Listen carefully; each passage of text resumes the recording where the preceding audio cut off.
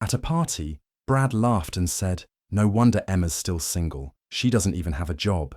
Everyone heard it. Please stay with me as I tell you my story, and don't forget to support our channel by subscribing, liking, and sharing with your loved ones. That night is still clear in my memory. I was standing in the kitchen, holding a red plastic cup, trying to smile and fit in. It had been a hard few months. I had lost my job, moved back in with my parents, and was trying to figure things out.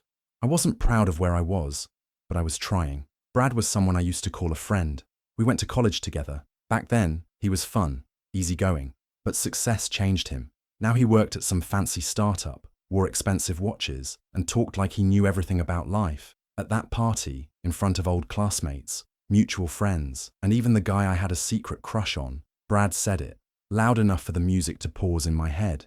People laughed awkwardly. Some looked away. I just stood there, frozen. My face burned. I didn't say anything.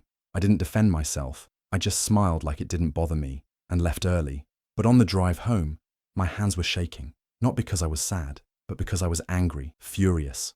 That night, something changed inside me. I didn't cry.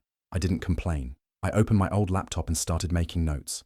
I decided that night that I was going to change my life, not just for me, but for every girl who's ever been laughed at for not having it together. I wasn't going to get revenge with words. I was going to do it with success. I knew it wouldn't be easy. I had nothing, not even confidence, but I had time and fire in my chest. Brad didn't break me that night. He woke something up inside me, and that was the beginning. After I lost my job, I packed up my small apartment and moved back in with my parents in Michigan. I felt like a complete failure. I was 28, broke, and sleeping in my childhood bedroom surrounded by old posters and high school trophies that now felt like jokes. I had no income, no routine, and no clue what was next. Every morning, I woke up to the sound of my dad watching the news and my mum offering me toast like I was still a teenager. I smiled on the outside, but inside I felt crushed. Meanwhile, Brad and his little group, Kyle, Jeremy, and Megan, were living their best Instagram lives. They posted selfies at rooftop bars, pictures of expensive brunches, and non-stop updates about job promotions, conferences, and tech panels. They acted like they were celebrities, like the rest of us were just watching their success from the sidelines, and maybe we were. I muted them all, but I still saw their names pop up. Friends would mention them. Someone would tag me in an old college photo, and there they'd be, laughing, posing, celebrating. It stung, especially because once I had been part of that group. Once they actually cared about me, or at least pretended to. Now they just talked about me like I was a joke. But while they were busy showing off, I was quiet. I stayed offline. I didn't go to parties or post selfies. I barely left the house, except to work part-time at a local bookstore and save up what little I could. But behind the scenes, I was planning something big. I started working on an idea I'd had back in college, an app that could help people design and furnish their homes on a budget, using smart suggestions and easy templates. It combined my love for tech and interior design. I didn't know if it would work, but I knew I had to try. I reached out to Tara, my old roommate who now worked as a freelance developer, and my cousin Alex, who had a knack for marketing. We agreed to work nights and weekends. No big dreams, just a chance to build something from scratch. It was hard. There were bugs, money problems, and self-doubt. But every time I thought about Brad's laugh or Megan's eye roll at that party, I pushed a little harder. I was done being the one they laughed at. I was going to be the one they never saw coming. While most people thought I was wasting time at home or just stuck in a rut, I was secretly building something that could change my life. I wasn't doing it alone. I reached out to my old college friend Tara, one of the smartest coders I knew. She had left her job to freelance and was looking for a passion project. My cousin Alex, who had a sharp mind for branding and marketing, joined us too. The three of us made an unlikely but determined team. We were building a platform that made interior design more accessible and affordable. Not just mood boards and pretty pictures, but a tool that helped people design their homes using smart, AI-powered suggestions based on their space, budget, and style. I had always loved interior design but hated how expensive and intimidating it was for regular people. This platform was my answer to that. We had no office, no funding, and no safety net. We worked from our bedrooms, kitchens, and sometimes coffee shops when we could afford a cup. We used free tools, trial software, and late nights. Tara built the code. I handled user experience and content, and Alex focused on branding and figuring out how we'd eventually market it. It was exhausting. Some days felt like we were going in circles. We argued, made mistakes, lost data, and questioned everything. But every small win, a new feature that worked, a nice message from a beta tester, a day without bugs, kept us going. There were no guarantees, just hope. But we believed in what we were building.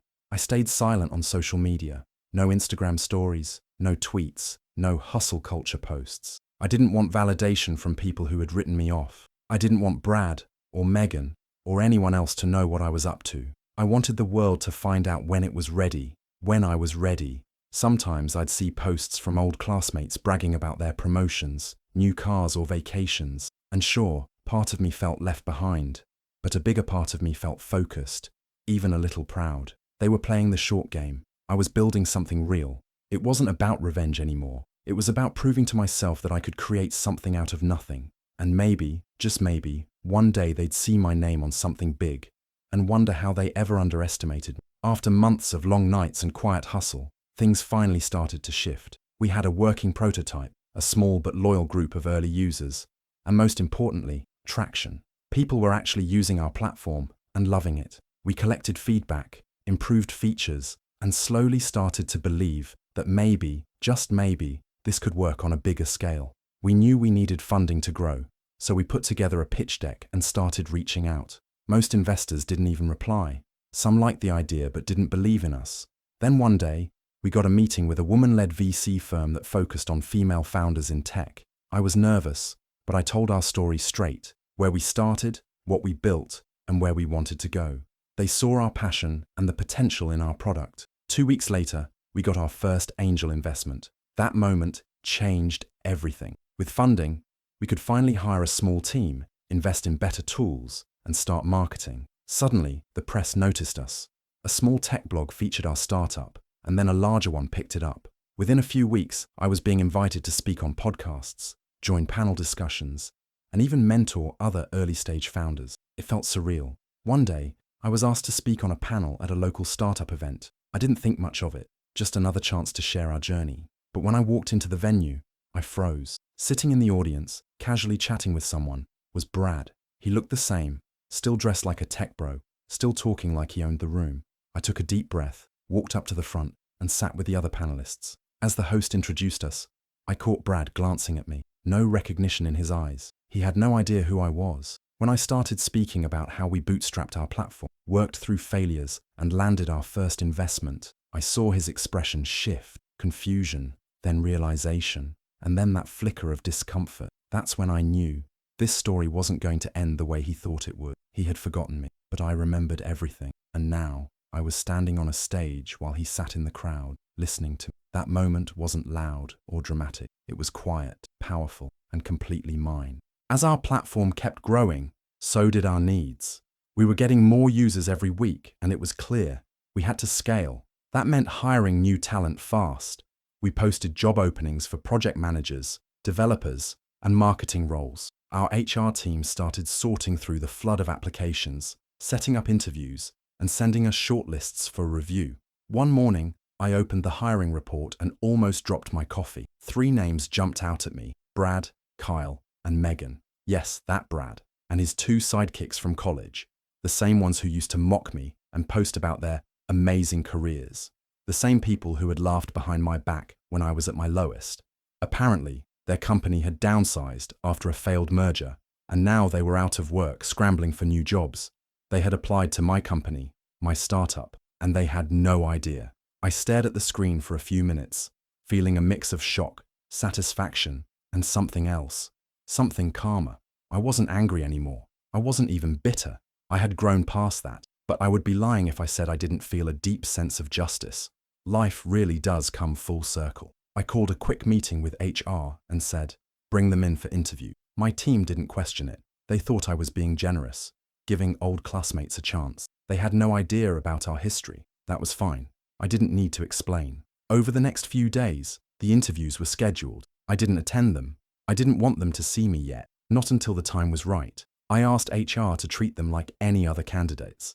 And to be fair, they were qualified. They had decent resumes, experience, and probably assumed their charm would help seal the deal. What they didn't realize was they were walking into a place built by the very person they once looked down on. A company that had risen from the exact moment Brad humiliated me at that party. I watched quietly as the process moved forward. They were clueless, still acting like the world owed them something. But this time, they were stepping into my world. And I already knew this was going to be very interesting. They got the jobs. All three of them, Brad, Megan, and Kyle, officially joined the company within a few weeks. HR welcomed them like they would any other hire, completely unaware of the history we shared. I stayed behind the scenes during onboarding, watching quietly from a distance. I had instructed everyone to refer to me only by my first name, Emma, and to introduce me simply as a team lead or product manager. No mention of my title, no fanfare. I wanted to see how this would play out when they had no idea who they were dealing with. From day one, Megan acted cold. She barely said hi, didn't make eye contact, and kept conversations short. I wasn't surprised. Back in college, she always had a way of making other women feel small. Apparently, some things never change. Brad, on the other hand, was loud and overly confident. He cracked jokes in the break room like he was still the king of the room. Most of them weren't funny, but people laughed anyway. Old habits die hard. Kyle was the most amusing. He walked in like he owned the place and started flirting with me almost immediately. He had no clue who I was. He commented on my hair, asked if I wanted to grab lunch sometime, and even joked about how young I looked for a manager. I smiled politely, played along, and took mental notes. Every word he said just added fuel to the fire I was quietly feeding. I kept a low profile, attending meetings without making waves, letting them believe I was just another mid-level employee. I wore plain clothes, skipped big meetings, and rarely spoke in large group settings. But behind closed doors, I was still calling the shots, approving projects, reviewing reports, shaping strategy. They were working in a company I built, breathing life into a product born from the very moment they humiliated me. There were days it was hard to stay quiet. Brad's ego, Megan's smugness, Kyle's cluelessness, it tested me. But I reminded myself, this wasn't about quick revenge. This was about playing the long game, letting them sink into their roles, treating me like someone they barely noticed, while all along I was watching, waiting, preparing for the moment they'd realize the truth. I didn't want to humiliate them. I just wanted them to see who I had become, that the girl they once laughed at was now their boss. Their silence would be the only apology I ever needed, and it was coming soon. The quarterly town hall had always been a big deal for us. It was where we shared updates, celebrated wins, and talked about the future of the company. But this one was special. We had just hit a huge milestone. Our user base had doubled, and we had landed a major partnership deal. Everyone was buzzing with excitement, not knowing what was coming next. We held the meeting in our new office's event space. Employees filled the room, chatting, sipping coffee, and waiting for the leadership team to come on stage. Brad, Megan, and Kyle sat near the middle, totally unaware. They had now been with us for a few months. Megan had finally started warming up to people. Kyle was still awkwardly flirty. Brad, still making annoying comments and acting like he knew everything. Then it was time. The lights dimmed, and music played as the host gave the intro. Now, please welcome the woman who built this company from the ground up, our founder and CEO, Emma Richards. Applause exploded as I walked on stage. Not polite clapping, real, loud, proud applause. I walked slowly, confidently, feeling the moment settle around me like armor. I looked out into the crowd, and that's when I saw him, Brad. His smile faded. Confusion flashed in his eyes, followed by shock. He recognized me. I let the applause fade before I spoke. "If my face looks familiar," I said, scanning the room, "it's because you once told me I'd never make it." My voice was calm even, but the words hit like a punch. The room went completely silent. Not a single chair squeaked. Not a breath, just stillness. I paused, letting the weight of it land. Then I smiled. But thankfully, I didn't listen. Some people laughed softly, unsure of the backstory. Others looked around, trying to connect the dots. But I didn't need to explain anything more. Brad knew. Kyle definitely knew by now. And Megan, her expression said it all. Their past words had come back to meet them, but this time the power had shifted. I moved on with the presentation, talking about growth, gratitude, and where we were headed. But that one moment, that look in their eyes, was everything I had worked for. I didn't need to yell. I didn't need revenge speeches. I just stood there, successful, respected, and absolutely unforgettable. After the town hall, The office buzzed with questions. People were putting pieces together. Some asked if I really knew Brad and the others from before. I just smiled and said, yes, we go way back. But behind the scenes, I was already planning the next step. I scheduled one-on-ones with Brad, Megan, and Kyle. Officially, they were performance reviews. Unofficially, it was time to close this chapter for good. I wanted to do it right, calm, professional, no drama. But I wasn't going to let them leave without knowing exactly why. Megan came in first. She sat across from me, stiff and silent. I pulled up her file and said, "Do you remember who I am?" Her eyes narrowed slightly. "Emma, from college." I nodded. "You used to laugh when Brad made jokes about me. You rolled your eyes when I shared ideas. And you made it pretty clear who didn't belong in your little group." She shifted in her chair. "That was a long time ago," she said quickly. "I didn't mean anything by it. I was just young." I nodded again. "We all were. But actions have consequences. Your work here hasn't met our expectations. This will be your last week." She didn't argue, just nodded and left quietly. Next was Kyle. He came in smiling, still thinking he could charm his way through anything. "So what's up, boss lady?" he said with a wink. I didn't smile. "Kyle, do you remember that night at the party? The things you all said about me?" He blinked, confused at first, then slowly realized, "Wow, I didn't know you were that Emma." "I am," I said. "And while your work hasn't been awful, it hasn't been good either. And frankly, we don't have space for people who treat others the way you did, and still do." He tried to laugh it off. "Come on, Emma, you know I didn't mean it. You're killing it now. I was just being playful." "This is not a joke," I said firmly. "You're done here." Last was Brad. He looked nervous the second he walked in. "You don't need to say anything," he said. "I remember everything." I looked him in the eye. "Good. Then this won't come as a surprise. We're letting you go." He turned red. I was a jerk. I know that now. I nodded. And now, so does everyone else. I didn't yell. I didn't gloat. I just did what needed to be done.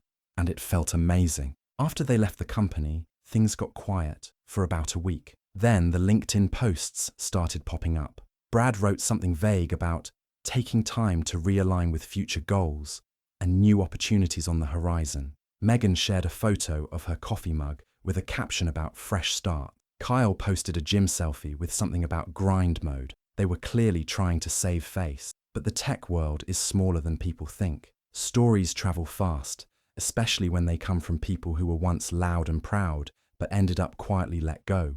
A few industry folks reached out to me privately, curious about what had happened. I never badmouthed them. I didn't need to. Their past behavior and their performance spoke for itself. The funny thing is, while they were trying to repair their image, my startup kept climbing. The partnership deal we had signed earlier led to another one. Our user numbers kept going up. We launched new features, hired new talent, and even opened a small satellite office. More press came in. And this time, it wasn't just about the product, it was about the people behind it. I got invited to speak at bigger events and was even named in a top 30 women in tech to watch list. That one made me smile. But I didn't want the story to be just about me. I knew there were other women out there going through the same kind of dismissal, doubt, and disrespect I had faced. So I started carving out time to mentor young women in tech, especially those building their own startups or trying to break into leadership roles. We met over coffee, Zoom calls, sometimes just long emails. I shared what I had learned, not just the business side, but the emotional toll of being underestimated, talked over, and ignored. I told them, you don't have to become loud to be powerful, you just have to keep going. That's what I had done. I kept going, through the silence, the rejections, the insults, and the doubt. And now I was here, not just surviving, but thriving, and reaching back to help others do the same. As for Brad, Megan, and Kyle, I didn't hear much about them after a while. A few failed gigs, some rumors of poor teamwork, and then nothing. Their noise had faded, but mine had only just begun. The messages started coming in slowly. First, an email from Kyle, short, casual, like we were old friends. He said he was sorry if he ever came off the wrong way and hoped there were no hard feelings. Then Megan sent a longer message on LinkedIn, filled with carefully chosen words. She said she admired what I'd built and hoped I could understand that people change. Brad's message came last. It was more honest. He admitted he had been a jerk. He said he respected me now and wished me the best. I read them all, and then I deleted them, not out of anger, Not because I was bitter, but because I didn't need anything from them. Not closure, not apologies, not praise. I wasn't the same girl they once mocked. I had already moved past that chapter. Replying would have meant I still needed their validation, but I didn't. My life spoke for itself. Our startup was thriving, and I was finally doing the kind of work that made me proud. We had built something real, something that helped people. I was mentoring other women, speaking at conferences, and hiring talent from all backgrounds. I had built the kind of company I once wished existed when I was starting out, a place that saw value in people who were underestimated. That, to me, was the real win. It wasn't about making them feel small. It was about proving, quietly and completely, that I was never small to begin with, that the person they laughed at, ignored and looked down on, had always been capable of greatness. They just didn't see it. Now, everyone could. Success wasn't just the best revenge, it was the most lasting one. Public, permanent, undeniable. And maybe, the next time someone like Brad decides to laugh at a woman who's struggling, or someone like Megan rolls her eyes at someone's dream, they'll remember what happened here. Maybe they'll pause, think twice, keep the judgment to themselves, because the world turns fast, and the person you mock today, she might be the boss tomorrow. Do you think I did the right thing by staying silent and letting success speak for itself? Or should I have replied to their apologies and given them a chance to explain? I'd love to hear your thoughts in the comments. And if you enjoyed this story and want more real-life revenge and redemption journeys, don't forget to like, subscribe, and hit the notification bell so you never miss a new one.